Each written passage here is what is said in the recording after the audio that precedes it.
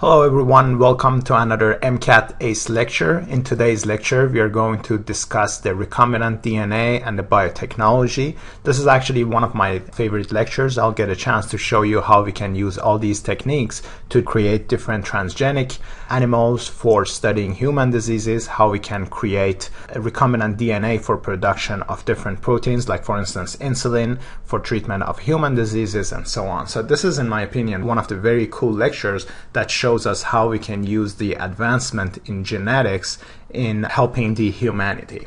All right, so I'm going to split this lecture in two sections. Part one, I'm going to discuss gene cloning, different DNA libraries, genomic versus cDNA, discuss how we can perform the polymerase chain reaction through denaturation, re-annealing, and hybridization, discuss the function of restriction enzymes, and then finally go over the gel electrophoresis, southern blotting, and the technique for creation of different transgenic animal models, and then finally how to check for their gene expression, which can be done by different techniques. Like for instance, we can use real-time PCR, we can use southern blotting, we can use northern for RNA, or we can use western for protein, and southern is for DNA. RNA and western for protein. So let's start with the lecture. Let's starting with gene cloning. Can you tell me what does gene cloning mean? It means making many copies of a particular sequence of DNA. So making many copies of a particular sequence of DNA.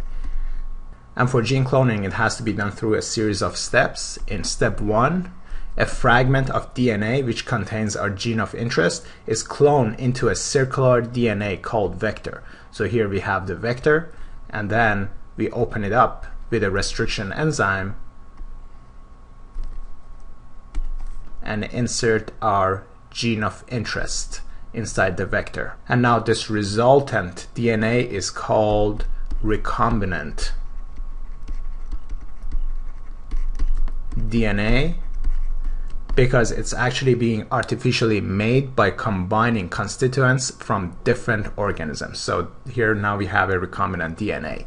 In step number two, we are going to transfer the vector into the bacterium. So transfer vector into bacterium, and this is usually done by different techniques, but the most commonly used one is electrophoresis, where a short electric pulse is used to create so many holes inside the bacteria, and consequently recombinant DNA can enter the bacterium through all these pores.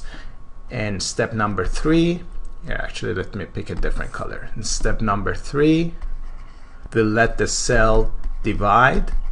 And so one advantage of this recombinant DNA using the plasmid is that plasmids will replicate independent of the nuclear DNA. So once the cell divides, this plasmid will also divide independently of the cell, and now we will have many copies of the plasmid. Many progenies will be made that contain the vector. And so once many divisions are made, a colony of those cells are made that contain the vector, and this vector is containing the recombinant DNA. So now we have so many cells carrying the vector or the plasmid that carries our gene of interest. And so here I've created a drawing for you to summarize all these steps. So there you go. You can see that here we have the human cell. Let's say that in this instance we want to make more insulin protein. So what we do is that we isolate the human DNA and cut the insulin gene with restriction enzymes that are flanking the gene. And I'll go over the function of restriction enzymes later in this lecture. Likewise, we will cut the plasmid open with the restriction enzymes, and now with the help of the ligase enzyme, we will glue gene of interest with the vector. So ligase enzyme helps bind ends of these two DNA fragments together. The resultant vector is called a recombinant DNA. Now via the electrophoresis, we will create holes inside the bacterium so that the vector could be picked up. Now that the vector is picked up, we let the bacterium to grow and produce many different colonies. These new colonies are now carrying the gene of interest. Now you can do it as you wish. You can isolate all the DNA and use the same restriction enzymes to have millions of copies of the gene of interest, which is insulin. Or you can try to isolate the protein from the culture and isolate insulin from the mix of proteins. So there are many things that we can do with it once we clone a gene of interest. Now, there are different forms of DNA libraries that we have, but first of all, what is the definition of DNA library? It's actually a set of DNA fragments that collectively represent the genes of a particular organism. So it's similar to a library. We have many different books that tells us about the knowledge of the humanity. So DNA libraries has a set of DNA fragments that represents the genes of a particular organism. And it could present in two different forms, genomic and cDNA library. And here, let's go over the difference between these two. So the first DNA library that we have is called genomic DNA library, and as the name implies, these are the DNA that are isolated from genome of that organism, and so therefore it consists of total chromosomal DNA of an organism. And how it's being done is that we cannot clone the entire DNA into any vector. It's too big. So what we do is that, like, let's say we have a bacterium here, we will isolate the DNA or the chromosome, same thing, and digest it with different restriction enzymes into many small fragments of DNA, and now clone these small fragments into vectors. Let me show you the different color.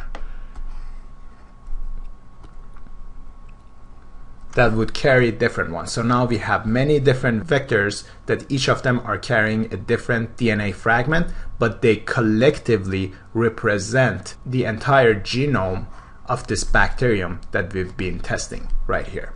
All right, so that's an example of the genomic DNA library. It's a little harder to obtain genomic DNA library because they're larger than cDNA. And here I'm going to explain to you why. So next we have the cDNA library. Can you tell me what cDNA is? So actually cDNA stands for complementary DNA. So once we obtain mRNA, we purify mRNA from a cell. If using the reverse transcriptase enzyme, we create DNA. This is called complementary DNA. And so let me remind you that once we have a gene, it has many different segments of exon, intron, exon, exon, introns. And which of these fragments during the mRNA transcription will be spliced out? The introns will be spliced out. So the mRNA that we are having will no longer have the introns. So the new mRNA will be representing only the exons, and so therefore the protein that is being produced is only from exons. Now for creation of cDNA, we are using this mRNA right here.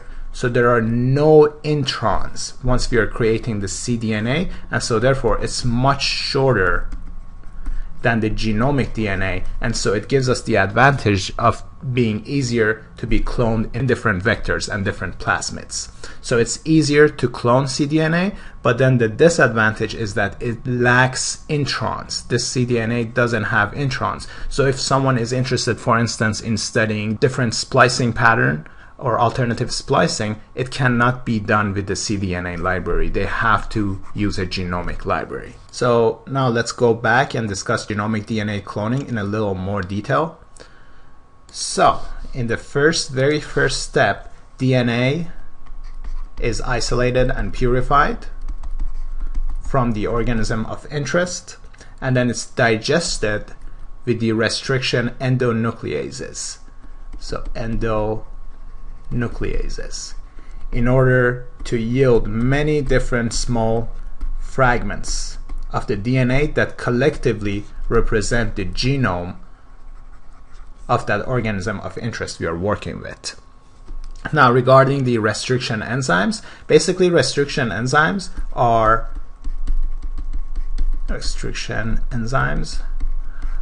endonucleases that are used by bacteria as a defense mechanism to degrade viral DNA.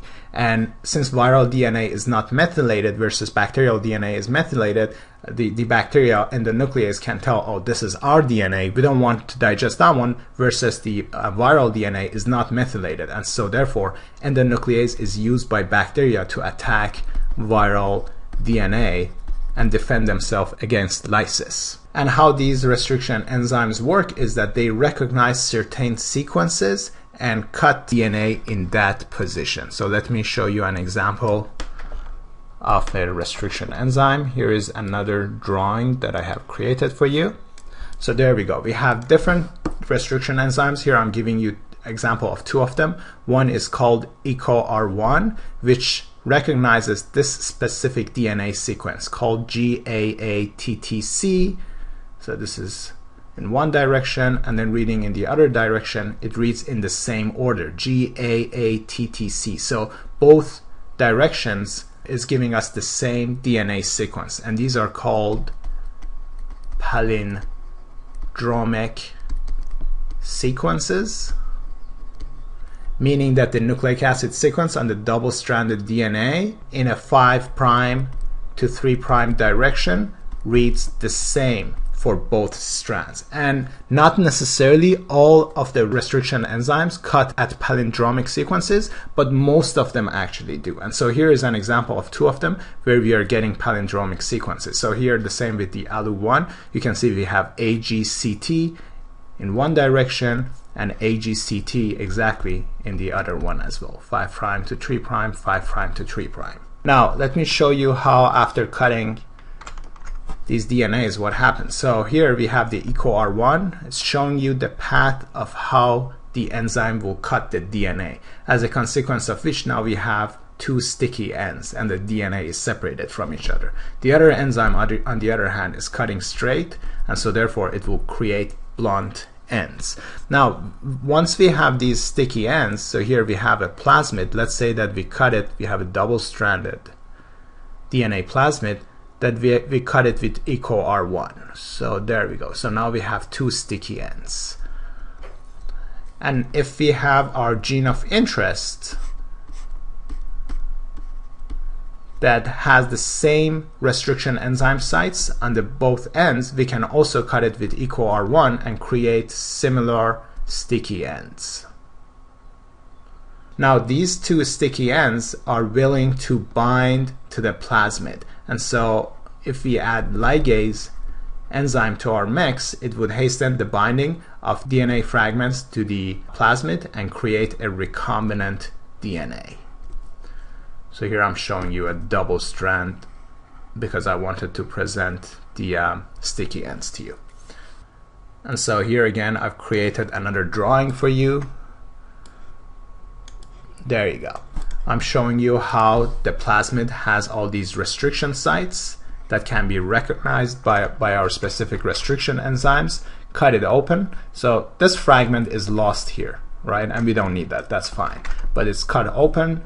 The gene of interest has the same restriction enzyme sites. We cut it and create the sticky ends. And now the sticky ends can be brought together with the ligase enzyme and create the recombinant plasmid. Now, if we are working with cDNA, it's so easy. We can clone it right inside the bacterium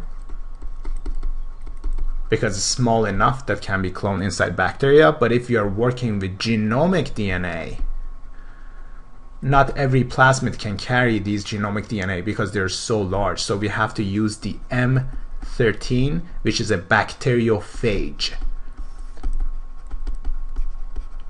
genome. And so can you tell me what are bacteriophages?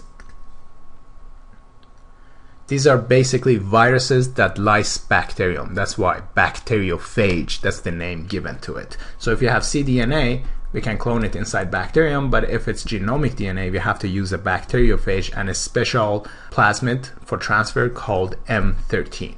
In any case, so let's say, since we are talking about the genomic DNA cloning, let's say that we have already used the M13 plasmid, and now we have a fragment of our genomic DNA cloned inside this M13. So next, we will infect bacteria with this phage plasmid, as a consequence of which, here let's say that we have a plate and we had the bacteria overlay. Now that we infected all these bacteria with the bacteriophage plasmid, the bacteriophage will cause lysis of the bacteria, and so you will get plaques. Please don't confuse plaques with colonies. If we have a culture plate and we lay bacterium on that, colonies is a bunch of bacterial cells that are growing, versus plaques is once we have an overlay of bacterium and they're being lysed by the bacteriophage. So here, if we have bacteria growing, we call it colonies, while if we have bacteriophage lysing the bacterium, we call it plaques. And so here I have an example for you of the difference between plaque and a colony. I got this slide from Wikipedia. So here you can see that in the first plate we have all these colonies. These are bacteria that are sticking out. So these are colonies from bacterial growth. Versus the other plate, we have the overlay of bacteria. So these are all bacteria that you see right here that are being lysed by the bacteriophages. So here you can see the plaques where there is actually dipping on the plate because the bacteriophages have lysed all the bacteria. So this is an example of a plaque that has been formed by the bacteriophages. So now we have a plate that has many different bacteriophages. Now the next step is to find out which of these bacteriophages is carrying our plasmid of interest that has the gene of interest clone inside, because there are so many plasmids now here and they have picked up so many different DNA fragments, but which one of these is having the gene of interest that we would like to clone in order to understand its function. So next we have to do this screening, and how it can be done is that we can place a nitrocellulose paper on top of this plate, and so once we pick it up, all the different DNA from different bacteriophages will be picked up on the nitrocellulose paper. So now here we have DNA from all these different bacteriophages, and we'll mark this plate. We'll know that, alright, here is the 12 o'clock, for instance, of where we've placed the nitrocellulose paper. Now next we will place the nitrocellulose paper in either high alkali or high salt solution, as a consequence of which the double-stranded DNA under high alkali or under high salt solution will be dissociated into single-stranded DNA. So now all the DNA that is sticking to this nitrocellulose paper are in the single-stranded form. And then in the next step, we will use a DNA probe that has a complementary sequence to our gene of interest. So here is our gene of interest. We will create a DNA sequence that is complementary to one of these segments, doesn't matter which one. And then this DNA sequence is also being labeled with the isotope P32, because DNA, you know how it has a pentose sugar, it has a base, and then the phosphate. So if we use the p32 isotope, it will mark the DNA. So the probe that here we are using is complementary to our gene of interest and is also radioactively labeled with the p32 isotope. So now we will incubate the nitrocellulose paper with our probe, and this probe will bind to the DNA fragments that actually carry the gene of interest. The next step is to place an X-ray film on top of the nitrocellulose paper. And so here, let's say that we have an X-ray film that we've placed on top of this one. And it will show us that, oh, these 3 plaques are the ones that are actually exposing the film and marking the film in these areas. So now we can go back. We know that this was 12 o'clock. We can go back to our original plate and say, oh, okay, so this one, and this one. These were the 3 that are carrying our gene of interest. And so there we go. We've isolated a genomic DNA library that has our gene of interest clone inside. All right, so that was cloning of a gene of interest using genomic DNA library. And once that is done, we just need to confirm that, okay, here is our 3 colonies, but I want to make sure that they have the gene of interest. So next we can use the southern blotting to confirm that they do have our gene of interest. So the next step is to get again another plate. Let's say we isolated 3 colonies. So get 3 plates and have a bacterial overlay, and then infect each one of them with the bacteriophages that we've isolated. So here we had 3 different bacteriophages that were isolated. 1, 2, 3. We are using to create many more copies of the bacteriophage here. Now we can isolate DNA from these bacteriophages.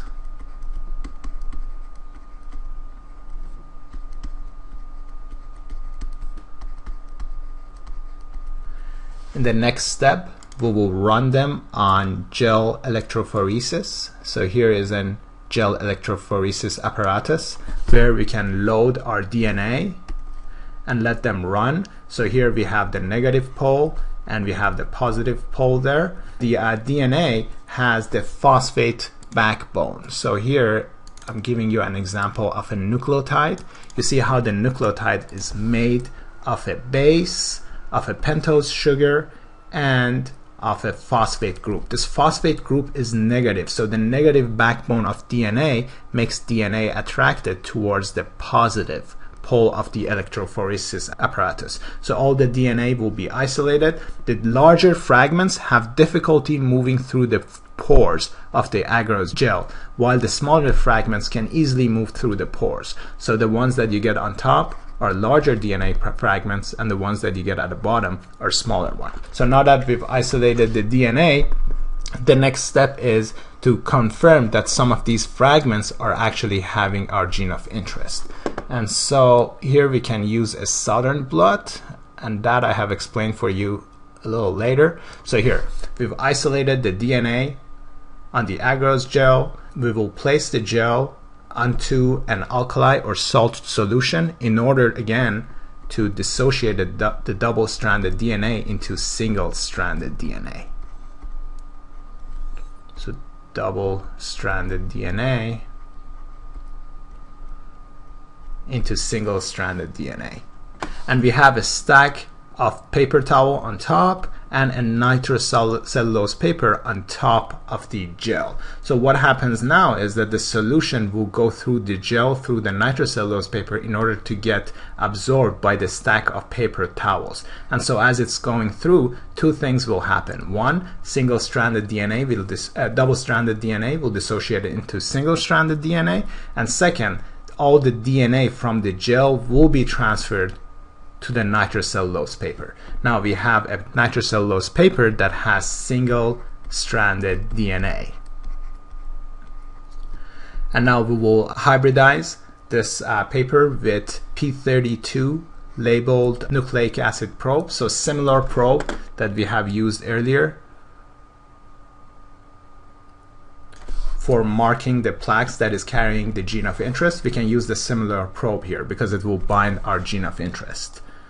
So we will use that probe to find out which of these DNA fragments are actually carrying our gene of interest. And so here we can see that after exposure of the nitrocellulose paper to the film, this specific DNA segment has been exposed. So we know that of the 3 plaques that we've isolated, it's only number 2 that is carrying the gene of interest. So it looks like that while we were trying to isolate plaque number 1, plaque number 2, and plaque number 3, plaque number 1 was probably one other one, either one of those. We picked up a wrong one. Similar with plaque number 3. It was probably one other adjacent ones that we couldn't pick up. And so that's the purpose of southern blot, to confirm that the plaques that we think have the gene of interest does actually have the gene of interest. And so you saw that on our southern blot, plaque number 2 did have the gene of interest, and so there we go. Now we have a DNA fragment that is cloned using genomic library. Alright, now moving on to the next topic, which is cloning of the cDNA library. And this step is a little easier, again, because cDNA is not as big as the genomic DNA. And so for cDNA cloning, we usually use the PCR or polymerase chain reaction. So here what we do is that we just discussed, we have the mRNA isolated from the cell using the reverse transcriptase enzyme. We create a cDNA that has all the genes that are being expressed.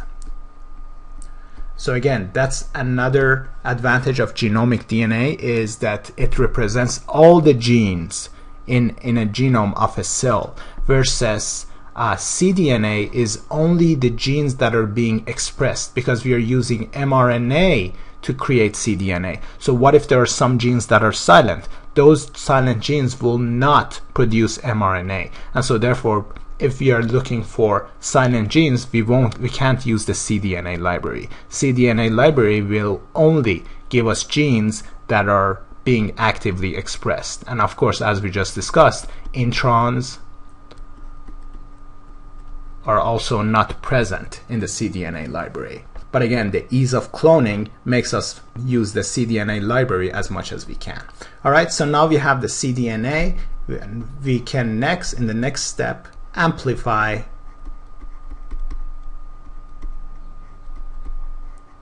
the gene of interest, and this can be done by the polymerase chain reaction, or PCR. So PCR is an in vitro technique that amplifies a sample DNA using the DNA polymerase enzyme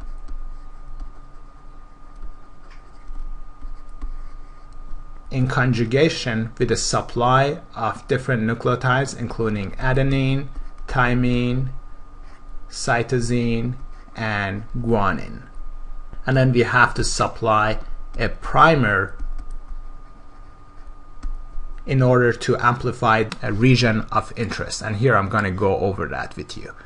So we had the mRNA, we used the reverse transcription to create cDNA. So now we have the cDNA, and let's say that our gene of interest is right here. How can we amplify this gene of interest? So if we know the sequence of the surrounding of the gene, what we can do is that we can produce single-stranded DNAs that are complementary to these flanking regions. And so these are called primers. Primer.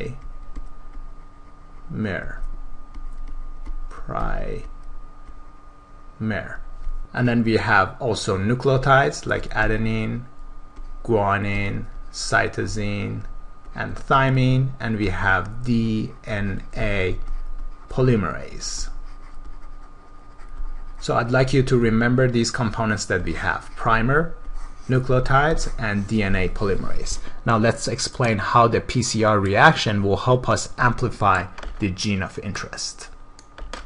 Alright, so now in the first step, of the PCR reaction, we will denature the double-stranded DNA into single strands. So denature double-stranded DNA into single-stranded DNA by heating the solution to 98 degrees centigrade. So now here was our cDNA with gene of interest that was right here. It's now going to split into two. And these are all single-stranded DNA molecules.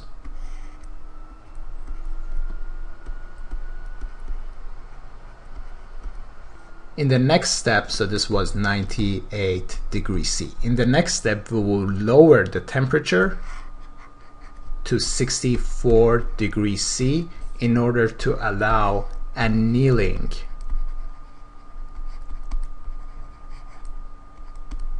to take place. And annealing is when the DNA primer attaches to single-stranded DNA. So primer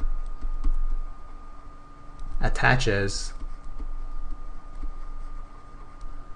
to single-stranded DNA.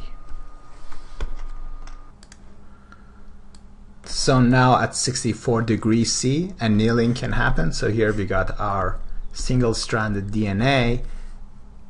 Given that the temperature is now appropriate for the primers to bind, the two primers will bind to the single-stranded DNA. And now in the next step, the third step, we will increase the temperature to 72 degrees C, which is suitable for the DNA polymerase in order to add DNA sequences. So here, the third step is called extension. And so now during the extension phase, from 5' to 3' direction, nucleotides will be added, 5' to 3' direction. So now you can see that through one PCR reaction, a single double-stranded DNA has yielded two double-stranded DNA that is carrying the gene of interest. And now in the next stage, we will repeat the denaturation. So now we will isolate these two double-stranded DNA into 4 single-stranded DNA. Then lower the temperature to 64 degrees C to allow the primer again to bind to them, and then increase the temperature to 72 degrees C in order to add the nucleotides. So now by the second PCR reaction, we have 4 double-stranded DNA. Alright, so through every PCR reaction, the number of DNA that we have will double. And so very fast, after like 10-20 reactions, you will notice that you will have very large number of the DNA that you've started with. And this is basically the approach that is used in forensic studies. Like for instance, you isolate a hair or very small amount of DNA left behind, and then you use the PCR to amplify and make millions of that specific DNA. And now you can analyze it, see, all right, who does this DNA belong to? And I will discuss that in our second lecture. Don't worry about it.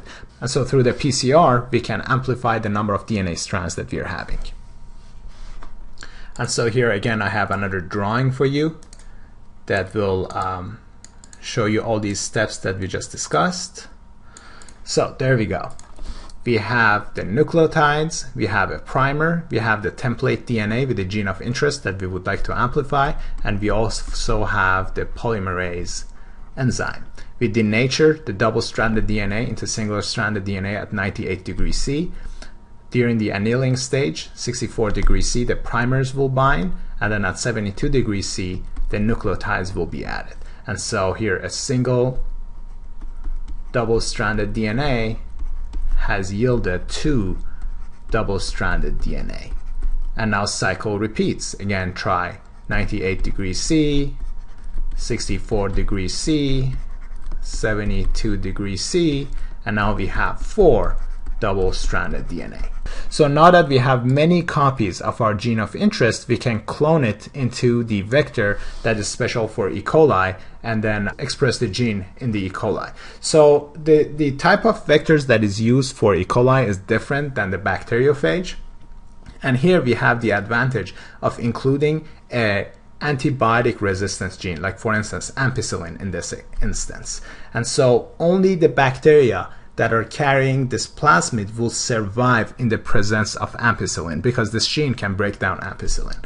And then we have this other gene called LAC-Z, which expresses the beta-galactosidase enzyme. And in the presence of the X-gal, which is an organic compound, bacteria that are producing LAC-Z will produce blue color.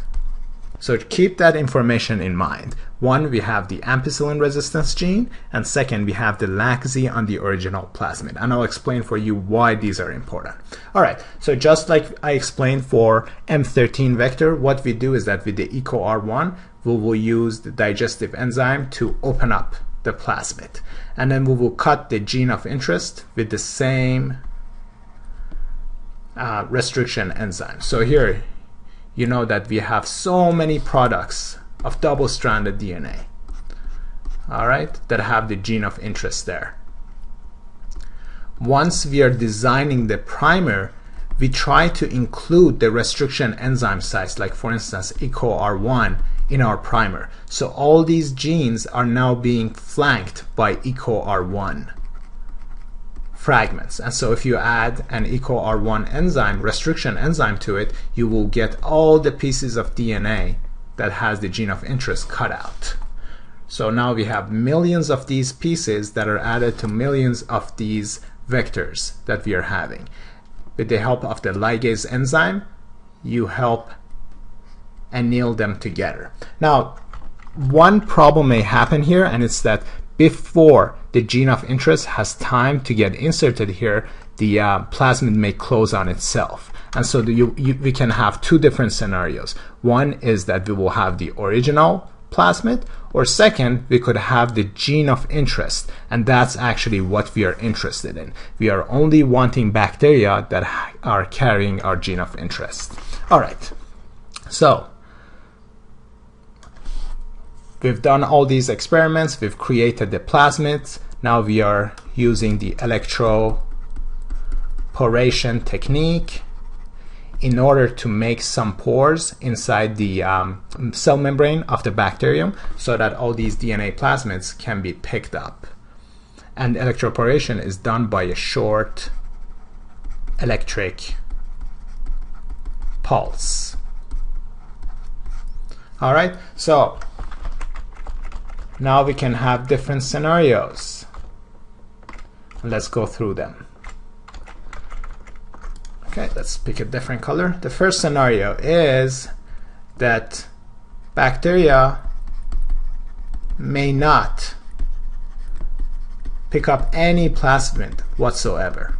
All right, and so what happens here? Our culture plate has ampicillin added to that. So anyone who doesn't pick up this plasmid, they don't have the resistance gene to ampicillin. So they will all die.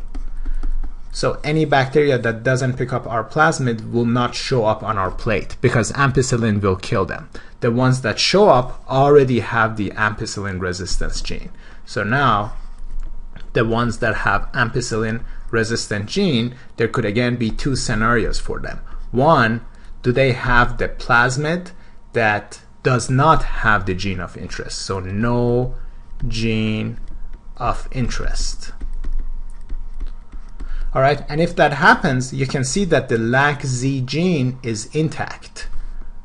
So in this scenario, the LAC-Z gene is intact, so therefore beta-galactosidase will be produced, which in the presence of the X-gal organic compound, it will produce a blue color. So any colonies here that are having blue color is because their LAC-Z gene is intact. So all these are garbage because they didn't pick up the gene of interest. On the other hand, if they picked up the gene of interest,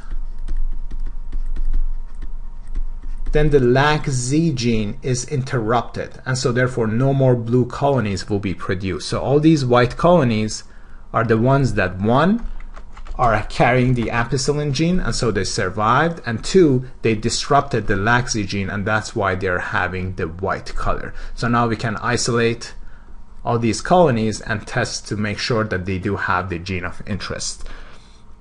Again, we can use southern blot for that, or we can use western blot to make sure that the protein that we want is being expressed. All right, now here I'm showing you an example of different colonies. So you can here see that we got all these blue colonies here, and these have picked up the plasmid that doesn't have the gene of interest, so we don't need them. But all these white ones are the ones that we are interested in because they have picked up the gene of interest. So that was the technique of cloning gene inside E. coli. Now next I'd like to discuss how we can clone genes in higher organisms, like for instance in fruit flies, and then later on in mice. All right, so just to provide some background information before I explain cloning in fruit flies. So there are certain DNA sequences called transposons. And these transposons are common in most organisms. They are short pieces of DNA that are usually less than 10 kilobases. And these DNA fragments, in the presence of the transposase enzyme, they can come out of the chromosome and jump around, move somewhere else. So here, let's say that we have a chromosome here and we have transposon sequences right here. Now in the presence of the transposase enzyme, these transposons can come off. So this DNA fragment can come off and move somewhere else in the genome. So they would jump around. So we can use this technology in order to introduce a gene of interest that is flanked by two transposon sequences in order to make the gene jump out and insert itself somewhere inside the genome of the animal of interest that we are working with. So here, let's give an example in how we can do that in flies. So transposons in fruit flies, we use a special transposons called P element. So these are the same as transposons.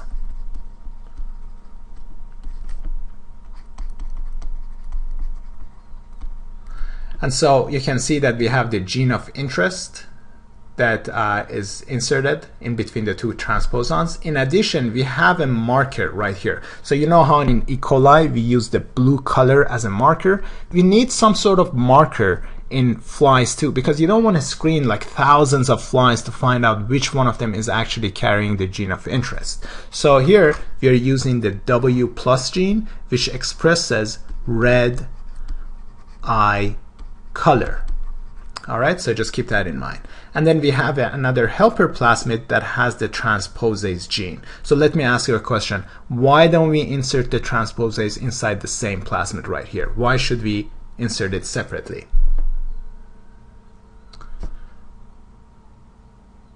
And the reason for that is that we just want one-time insertion. We don't want these DNA sequences to keep jumping around and cause mutation. We just want it to insert once and we're done with it. So therefore we have the transposase on a separate plasmid in order to express temporarily this protein and do its job. And then after that we are done. We don't need it anymore. So there we go. Now we have the transformation plasmid and then the transposase gene. They're all being injected under microscope into the germline cells. So here at the back of the egg are where the germline cells are. And germline cells are cells that will develop into testicles or ovaries for production of sperm or egg. All right, so the other point I'd like you to notice here is that the egg that we are actually injecting has the W- gene. It means the gene required for red eye is not being expressed. And so therefore the fly that will develop here will have white eye. All right? So now we have a white eye fly that some of the germline cells are carrying the gene of interest. So these germline cells are carrying the gene of interest.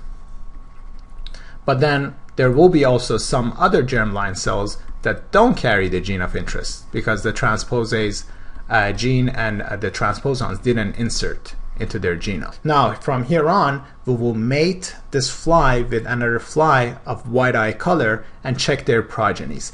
Any progeny that has white color eye means that they didn't pick up the gene, all right? So we toss them away. But the ones that have red eye, they have picked up the gene of interest as well as the W plus gene. So now here we have a fly that has the gene W plus and the gene of interest cloned inside. Now we can use this fly for many different studies, and I'm just going to give you some example how amazing this technology is. So I've completed my PhD studies in creating different fruit fly models of human diseases, and I personally created Menkes disease, which is a copper deficiency disease. So we knocked out the gene that is required for copper absorption. And once we've created this fly, then we tested expression of different genes, see which one can help these flies survive longer. And so once we've identified the gene, we published our results. About 4 to 5 years later, scientists started to show that, oh, by the way, this gene is protective in Menkes disease. And like, for instance, they've shown the same studies in mice, and then they applied the findings in humans. So my point is that with a simpler animal model system, we can find out genes that are protective against certain diseases, and then from there on apply it to human diseases. Now, there are other cool animal models of human diseases. Let's talk about fruit fly, for instance, that I'm sure you'll find interesting. There are actually fruit fly models of Alzheimer's disease.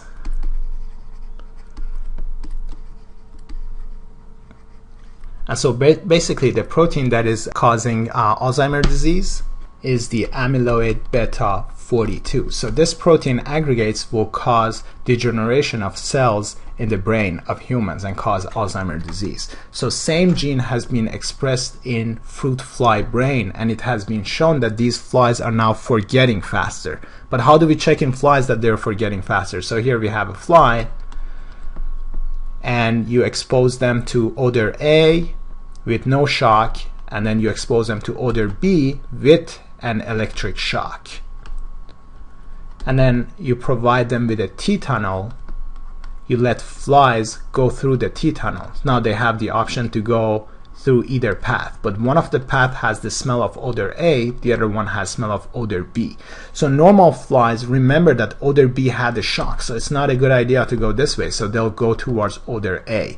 Versus Alzheimer's flies don't remember, so it's 50-50. Half of them will go towards odor B and half goes towards odor A.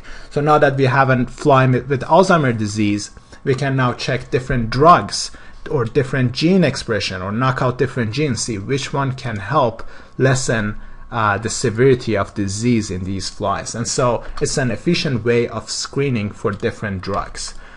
Now let me show you another example. There is also a fruit fly model for Parkinson's disease.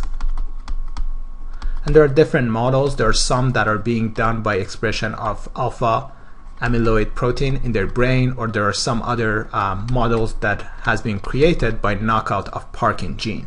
In any case, it has been shown that these Parkinson's flies have similar features to human Parkinson's disease. They're kind of like shaking, and they have difficulty climbing, and they die at an early age. And so later on, these fly models have been used to screen for genes that are protective against Parkinson, and there has been some novel findings of some of the protective mechanisms against Parkinson. So that's how we can help with the medicine by creating all these different animal models. And usually the simpler animal models like flies are cheaper than mice, and so that's why scientists are first trying to create them in Drosophila before they move on to mice. But then the advantage of creating animal models in mice is that they're mammals, and so they're closer to humans, so it's very likely that the findings you find here could also apply to humans. All right, so here in the next stage I'd like to describe how we can create transgenic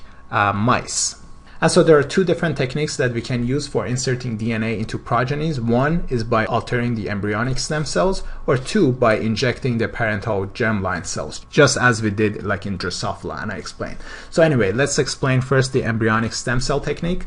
So here we have the embryonic stem cells, and we try to target the gene of interest into those embryonic cells. We isolate the one that have picked up the gene and multiply them, right? So now we have the transformed cells. In the next stage, we will inject the transformed cells into the blastocyst of an embryo, and now we will implant the embryo inside foster mothers. So the mother now has a fetus that some of its cells is carrying the gene of interest. So finally gives birth to the animal that we've genetically created, and this animal is called chimeric because some of them are carrying the genotype of interest and some of them are carrying the initial genotype, the original genotype. So again, we have a chimera, which is a single organism that is composed of different genotypes. All right, so these pink ones represent our gene of interest. Now, some of the germline cells also are being transformed in this animal model. So once you mate our chimeric mouse with a normal one, some of our progenies will pick up the gene of interest, and now their whole body will carry the gene of interest. All right, so again, we have all these germline cells that are carrying the gene of interest, and there are some that are not carrying the gene of interest. If the ones that are not carrying the gene of interest give rise to a progeny, then none of these cells will have our transformed gene. But then the ones that do carry the gene, if they give rise to a progeny, then the entire cells of this animal will now be transformed. So this is no longer, none of these are chimeric because they all have a uniform genotype. All right, so that's the first technique, using the embryonic stem cells. The second technique is similar to what I just described for you in Drosophila. You basically inject the transformation vector into the germline cells. And now these germline cells, some of them are being transformed and they give rise to animals that are carrying the gene of interest. And the ones that are not transformed, those germline cells that are not transformed, will give rise to animals that are not carrying the gene of interest. All right, now the next step is to find out if our gene of interest is being expressed or not, and we have already briefly touched on it, on how to use Southern blot technique in order to see if they are being expressed or not. And so here I'm going to explain that for you again. So next we can isolate DNA. So let's say here we have a mouse that we think does carry our gene of interest. So now we can isolate DNA from this mouse, load the DNA onto agarose gel, and so run it through. So now we get many different fragments of DNA right here. All right. Then again, using the apparatus that I just explained for you, either alkali or salt solution, in order to make a double-stranded DNA into single-stranded DNA, we let the fluid to flow through the gel into the nitrocellulose paper into the stack of paper towel. And so there we go. All the single-stranded DNA are now transferred to the nitrocellulose paper. Next, we will hybridize the nitrocellulose paper with our P32 labeled nucleic acid that represents our gene of interest, and then visualize the bands on the X-ray film. And so there we go. We can tell that, oh, this one, the second lane, is carrying the gene of interest. So whichever mouse, whichever DNA that this lane is coming from is actually successfully transformed. So this technique is called Southern blotting if we use DNA. If we use the same technique on RNA, then it's called Northern blot. So instead of DNA, if we load RNA, then it would be called Northern blot. All right, and some scientists actually use the intensity of the exposed film to say, all right, how much of the gene is being expressed. So here, let's say that they say that this is our control animal, and there is a faint band of the gene of interest. And then here we have our transgenic animal that has a very thick band meaning that the exposed film had so much of the gene of interest. And so this way you can compare by scanning the films and seeing how many pixels is in one compared to the other one. You can compare the relative gene expression. But then if you're using certain genes that is not present in that animal, like for instance in this instance the other two animals don't have the gene of interest anymore, then we can't really compare it for quantification. All we can say is that, oh, the gene, the external gene is present, or the exogenous gene is present. Now, another way to confirm that our experiment has been successful is to use Western blot. And this is actually preferred over Southern or Northern blot, because with those techniques we just confirm that mRNA or DNA is present. And so if DNA is present, how do we know that it's being successfully transcribed and then successfully translated into protein? Same with Northern blot. We can say that, oh, mRNA is there, but how do you know that a successful translation will happen? What if this mRNA is so unstable that no protein will be created? And so our animal model could be useless. And so that's why most scientists prefer Western blot, which checks to see if the protein of interest is actually being expressed.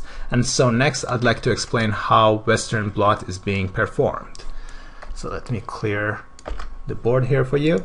So we run the Western blot on either a native page gel electrophoresis technique, which separates the proteins. These are undenatured proteins based on their charge and size. And then if we only want to isolate them based on their size, what we can use is that we can use the SDS page gel. And SDS contains this compound called sodium dodecyl sulfite. And so what this compound does is that if here is our three-dimensional protein that we are having, and that's its tertiary structure, what this SDS does is that it has a negative charge, so it will bind to this protein and open it up. So there we go, it will open it up with all these negative charges. And so once we run the proteins on an agarose gel, they would be isolated only based on size and no longer based on charge. So if we use the native page protein, the native page gel, proteins will be separated based on charge and size difference, while if we are using the SDS page, they would be only isolated based on size. And so here again I have another drawing for you to show you how the SDS page works. So here we have the native protein that has been used in the native page gel, but then if we use SDS, it will open up the protein because of all these negative charges don't allow the tertiary conformation to be maintained. And so now we can isolate the proteins based on their size. Alright, so now let's describe the Western blotting technique. So here is the Western blotting technique. So what we do is that we isolate protein from our different samples that we are having and load them into an SDS page and run it through the gel electrophoresis. So now we have the negative charge and positive here. We know that all our proteins here are carrying the negative charge, so they will be repelled from the negative side and move towards the positive side. The larger protein fragments will stay higher because they have difficulty to go through the gel pores, and the smaller ones will move faster down towards the bottom of the gel. In the next stage, we are using this gel electrophoresis apparatus, which will electrophoretically transfer proteins into the membrane. And usually the membrane that we are using is called PVDF. It's different than nitrocellulose paper that we are using for Southern and Northern blot. Basically, this PVDF stands for polyvinylidene difluoride, and it's pretty good for binding of proteins. So now here we have all these proteins with a negative charge that are on the gel, and so again we are running from negative side to the positive side, so they would be transferred to the PVD membrane. So now here we have a PVD membrane that has all the proteins attached to it. So in this next stage, we will use some neutral protein in order to block the membrane, so all the pores will be filled by some native protein, like for instance BSA or milk casein. All right, and then in the next stage, we will incubate the membrane with a primary antibody. And I'm going to explain for you what's the difference between primary antibody and secondary antibody that we are using right here. So once we are having a protein, in order to create antibody for that, what we can do is that we can inject it into an animal, like let's say we inject it into mouse, and mouse immune system will create antibodies that will attack this protein. So there we go. Now mouse has created antibodies that are attacking this protein. And we can purify this antibody. So now we have a primary antibody that is binding to our protein of interest. So there are some of areas on this PVDF membrane that has protein of interest. So all these antibodies will bind to them. All right, and this is called primary antibody. And don't worry about the structure of antibodies. We have extensively described the heavy chain and light chain in our immunology lecture. All right, so here the primary antibody binds to the protein. Now we need a secondary antibody. And so this secondary antibody is actually carrying a chemiluminescent probe. So now we need the secondary antibody to bind the primary antibody. And how we create that is that we have the primary antibody. Now inject this primary antibody into a different animal. So let's say horse. And a horse immune system will now create antibodies that are attacking the mouse antibody. All right, so this is called secondary antibody. So the secondary antibody that we have now created has a special agent that will have chemiluminescent properties. So this antibody will now go and bind to our primary antibody, and it has the chemiluminescent properties. And so once you place a film on top of the PVDF paper, now because of this chemiluminescent property, the film will be exposed. And so any fragment that will show up on the film means that the primary and secondary antibody has bound to it. And so here you can say that, oh, our second lane, and here, let me do it again. Our second lane and then the second lane and the fourth lane, these two samples actually contain the gene of interest and are expressing the protein. We just confirmed that the protein of interest has been translated right here.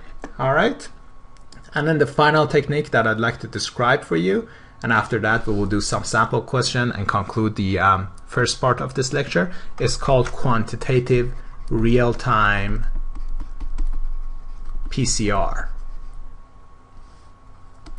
And so basically we are using the same concept as PCR to amplify the DNA fragment, and the purpose of quantitative real-time PCR is to quantify the level of gene expression. So with the real-time PCR, we have a dye that gives the fluorescent signal once it binds to double-stranded DNA. So if you have a sample that has so many double-stranded DNA, we have a strong fluorescent signal. While if we have a sample that has a few double-stranded DNA, there would be a weak fluorescent. And so there is a machine that will detect the level of fluorescent, and this way it will tell us that, oh, this sample has few DNA versus the second sample has a lot of DNA. All right, so let's say that we have animal A and animal B. Animal B, we've place it under some stressful condition, and we want to see if for instance let's say steroid gene is being overexpressed or not. So what we can do is that we find the steroid gene sequence and create primers that are flanking the steroid gene. So now from both of these animals we isolate mRNA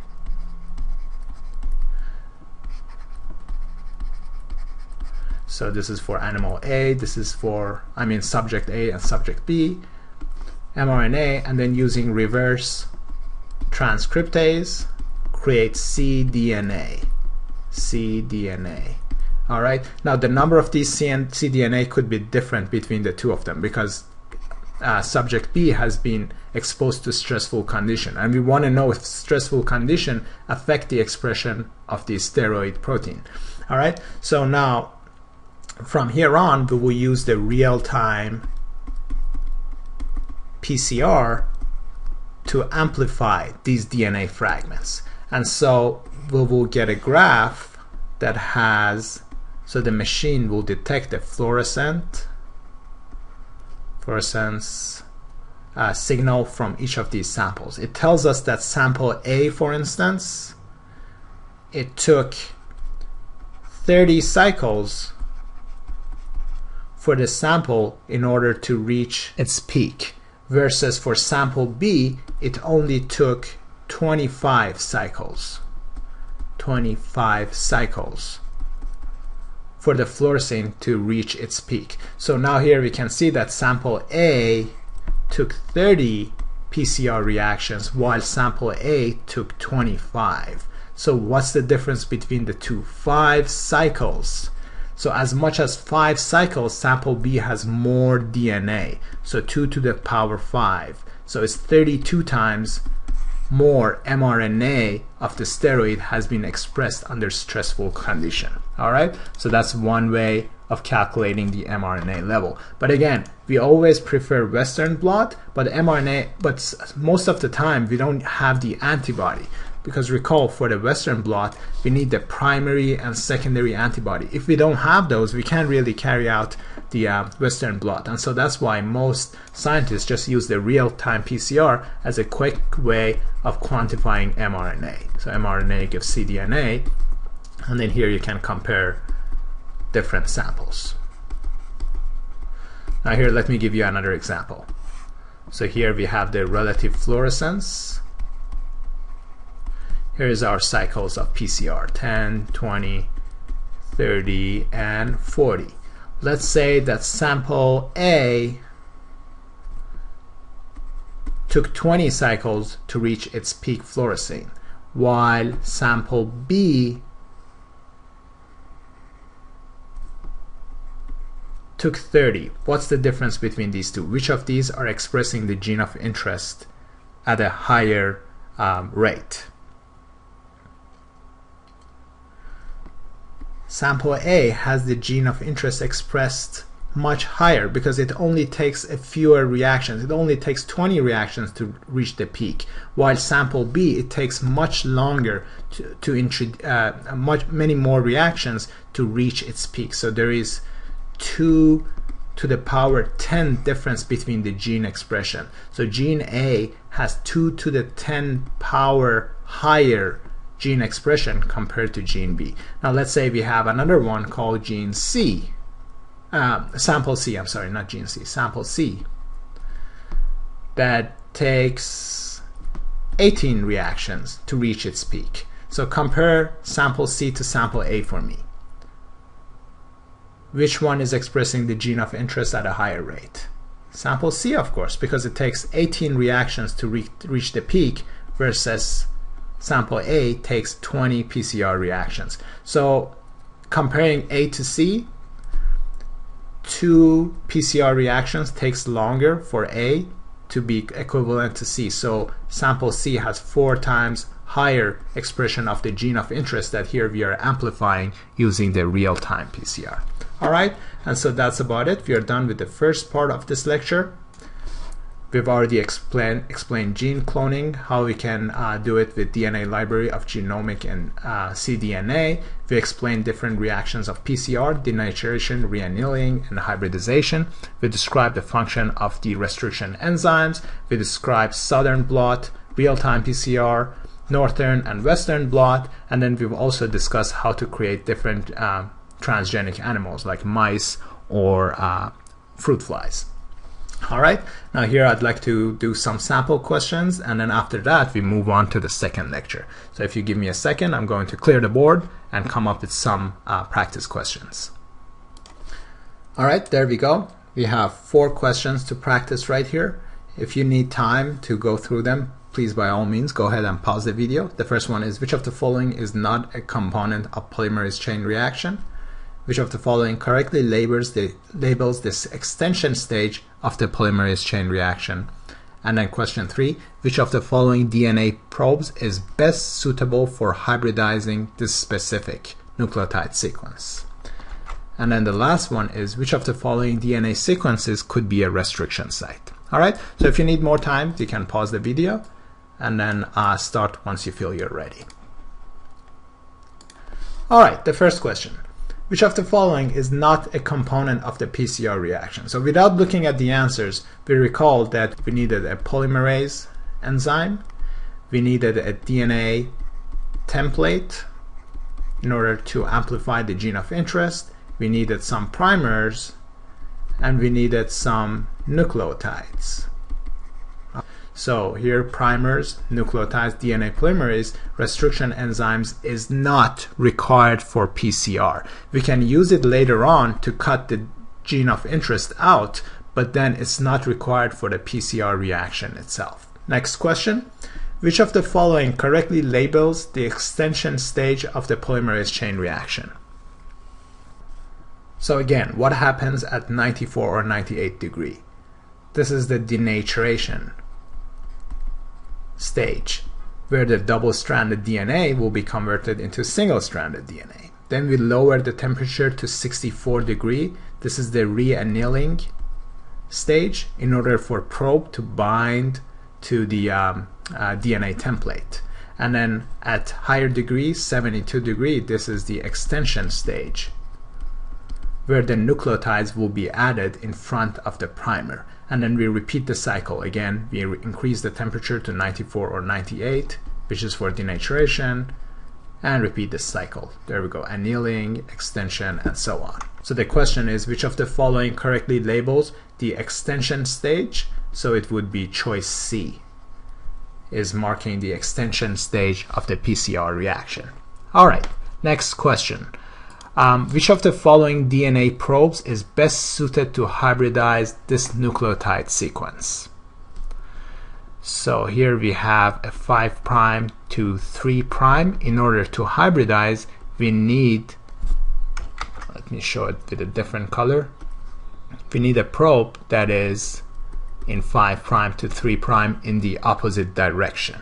Okay, but here, pay attention that we are asking which of the following DNA probes. So any of these sequences that has uracil, these are not DNA probes, these are RNA probes. Because remember, with DNA we have thymidine, while with the RNA we have uracil. So choice A and choice B are already out because we know that they are not DNA probes, they are RNA probes.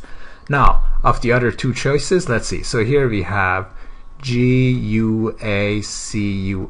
If we want in a 5' to 3' direction, we will get TAGTAC. Without looking at the answers, I wrote this down. So let's see. We have 5' to 3' TAG TAC. TAG TAC. So this is 5' to 3'. So 5' to 3' is TAG TAC. So there we go. Choice C is the correct answer, and choice D is incorrect. We don't want CAT GAT. That's 3' to 5' direction. No, that won't work. All right, there we go. Last question. Which of the following DNA sequences could be a restriction site? So basically we discussed that most of the restriction site, not necessarily all of them, but most of them are palindromic, means that 5' to 3' direction, in both directions we get the same sequences. So let's see, for choice A, GGATCC reads the same as GGATCC, so sure, could be possibly a restriction site. The rest of them, however, are not palindromic, and so therefore are not likely to be a restriction site. And so that's about it. That concludes our first part of the recombinant DNA technology lecture, and I will see you all for the second part. Thank you all for listening.